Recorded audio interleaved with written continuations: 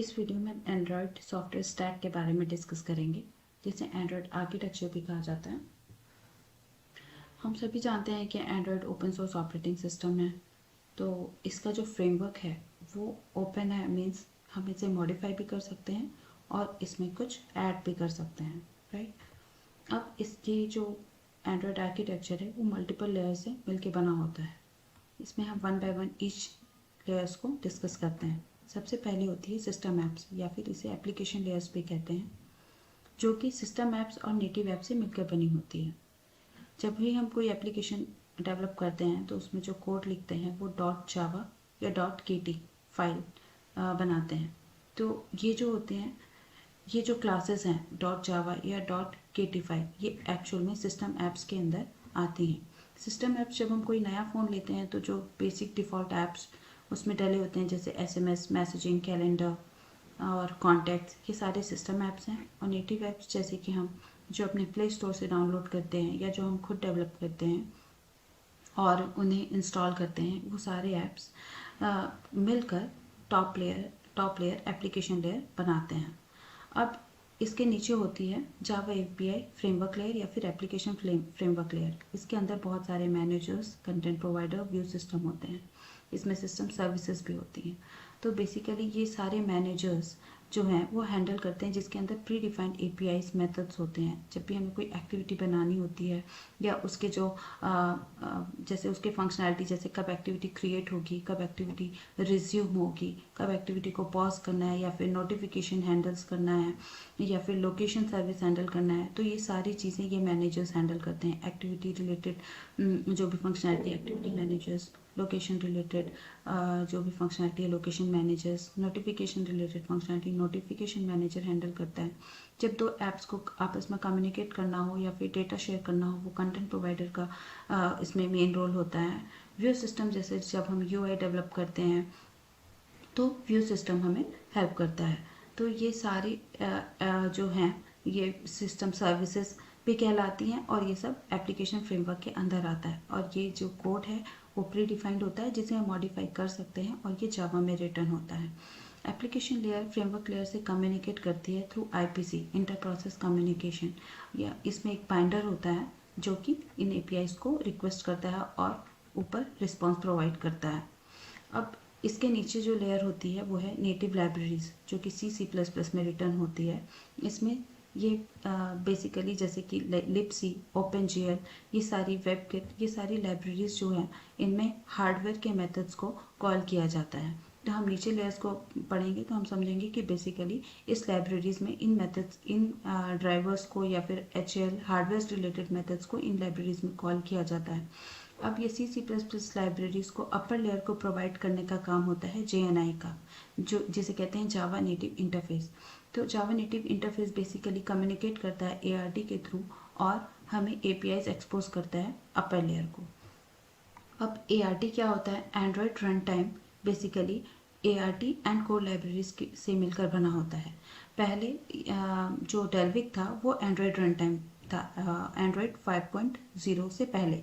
After Android 5.0 ART ने Dalvik की जगह ले ली। बेसिकली इसमें कुछ एक्स्ट्रा फीचर्स हैं जो डेल्विक में नहीं थे, जैसे कि ahead of time, just in time compilation and optimised garbage collection. So ये सब कुछ एक्स्ट्रा फीचर्स हैं जो कि बेसिकली लो मेमोरी डिवाइसेस में फास्टर किसी प्रोसेस को रन करने के लिए किया जाता है। जैसे कि हम जानते हैं एंड्रॉयड में सारे एप्लीकेशन एक प्रोसेस होते हैं, और एंड्रॉयड में मेमोरी भी कंप्यूटर के जैसे नहीं होती कि बहुत ज़्यादा हो, तो हमारे पास लो मेमोरी होती है। तो हमें हमारी प्रोसेस को बहुत फास्टर प्रोसेस करना होता है, जिस उसके अकॉर्डिंग ही जिसमें हमें .text फाइल एग्जीक्यूट करनी होती है। अब ये .text फाइल क्या होती है, या फिर JNI या फिर IPC या ART कैसे काम करता है, डेल्विक कैसे काम करता है, तो ये सब चीज़ें हम डिटेल में डिस्कस करेंगे फॉर फर्दर वीडियोस। अगर आपको इससे रिलेटेड कुछ भी क्वेरीज हैं तो आप कमेंट सेक्शन में कमेंट करके मुझे बता सकते हैं, तो मैं फर्दर नेक्स्ट वीडियोस में आपके क्वेश्चंस या क्वेरीज को सॉल्व करने की पूरी कोशिश करूँगी। इसके नीचे जो नेक्स्ट लेयर होती है वो है HL layer. So basically HL layer का एक बहुत ही इम्पॉर्टेंट रोल होता है। तो हम इसको डिस्कस समझने से पहले हम सबसे बॉटम लेयर कर्नल लेयर को डिस्कस करते हैं। तो कर्नल लेयर बेसिकली सारे हार्डवेयर ड्राइवर्स होते हैं जो कि मैन्युफैक्चरर्स हमें प्रोवाइड करते हैं, और कर्नल लेयर का बेसिकली मेन यूज़ होता है एंड्रॉयड सिस्टम को सिक्योरिटी प्रोवाइड करना। बेसिकली सारे सिक्योरिटी रिलेटेड की फीचर्स कर्नल के थ्रू ही हमें प्रोवाइड किए जाते हैं। अब यहाँ पे सारे ड्राइवर्स, सपोज कैमरा ड्राइवर, जैसे कि camera driver, wifi driver, USB driver, ये सारे ड्राइवर्स होते हैं। अब इन ड्राइवर्स को कम्युनिकेट करना है, जैसे कि सपोज हमें कैमरा ओपन करना है तो हमें एक मेथड कॉल करना पड़ेगा, कैमरा डॉट ओपन। उस मेथड को कॉल करने का काम होगा नेटिव लाइब्रेरीज का, राइट। अब सपोज किसी वेंडर या मैन्युफैक्चरर ने, चिप वेंडर या मैन्युफैक्चरर्स ने कैमरे का वर्जन अपडेट कर दिया फ्यूचर में, या फिर उसमें कर्नल का ही वर्जन अपडेट हो गया, तो हमें फिर ऊपर के सारी लेयर्स में मॉडिफिकेशन करना पड़ेगा जहाँ से वो मेथड्स कॉल हो रहे थे। तो यहाँ पे भी हमें अपने मेथड को, कैमरा ओपन के मेथड को या फिर उसके पैरामीटर्स को चेंज करना पड़ेगा। उसके ऊपर के लेयर्स में भी हमें पूरा मॉडिफिकेशन करना पड़ेगा। तो ये बहुत ज़्यादा टाइम कंज्यूम और रीवर्क वाला काम हो जाएगा। इसे ऑप्टिमाइज करने के लिए यहाँ पे HCL लेयर बहुत ज़्यादा इंपॉर्टेंट रोल प्ले करती है। HCL लेयर में बेसिकली क्या होता है कि जो भी चिप वेंडर या मैन्युफैक्चरर्स होते हैं वो अपने हार्डवेयर के according HCL layer as an library provide करते हैं, जिसमें कि सपोज जैसे कि हमने एक एग्जांपल लिया कैमरा का, तो यहाँ पे ऑलरेडी जो भी इनके हार्डवेयर के कैमरे के वर्जन के अकॉर्डिंग या कर्नल के वर्जन के अकॉर्डिंग जो भी इन्हें मेथड्स कॉल करना है फॉर कैमरा ओपनिंग, वो लोग यहाँ पे लिख देंगे और हमें उसका कैमरे का जो मेथड नेम है वो हमें प्रोवाइड कर देंगे। हमें सिर्फ यहाँ पे उस मेथड को कॉल करना है, या फिर हम उन्हें सिग्नेचर बता सकते हैं कि हमें इस नाम का मेथड हम यूज़ कर रहे हैं। तो वेंडर जब भी अपने वर्जन में मॉडिफाई भी करेगा या कोड में जो भी चेंज करता है वो चेंज करेगा, लेकिन सिग्नेचर सेम रखेगा, जिसके कारण ऊपर के सारी लेयर्स के कोड को हमें मॉडिफाई करने की ज़रूरत नहीं पड़ेगी। हम सिर्फ जैसे उसने लाइब्रेरी प्रोवाइड की, हम सिर्फ लाइब्रेरी को रिप्लेस करेंगे, वर्जन अपडेट करेंगे और हमारा कोड एज इट इज़ रहेगा, जिसके थ्रू हमें रिवर्क नहीं करना पड़ेगा। तो इस तरीके से ये सारी लेयर्स एक दूसरे से कम्युनिकेट करती हैं। मैं जस्ट एक फिर से ब्रीफ में बताने की कोशिश करती हूँ। जैसे सबसे अपर लेयर होती है एप्लीकेशन लेयर, जो सिस्टम ऐप और नेटिव ऐप से मिलकर बनी होती है।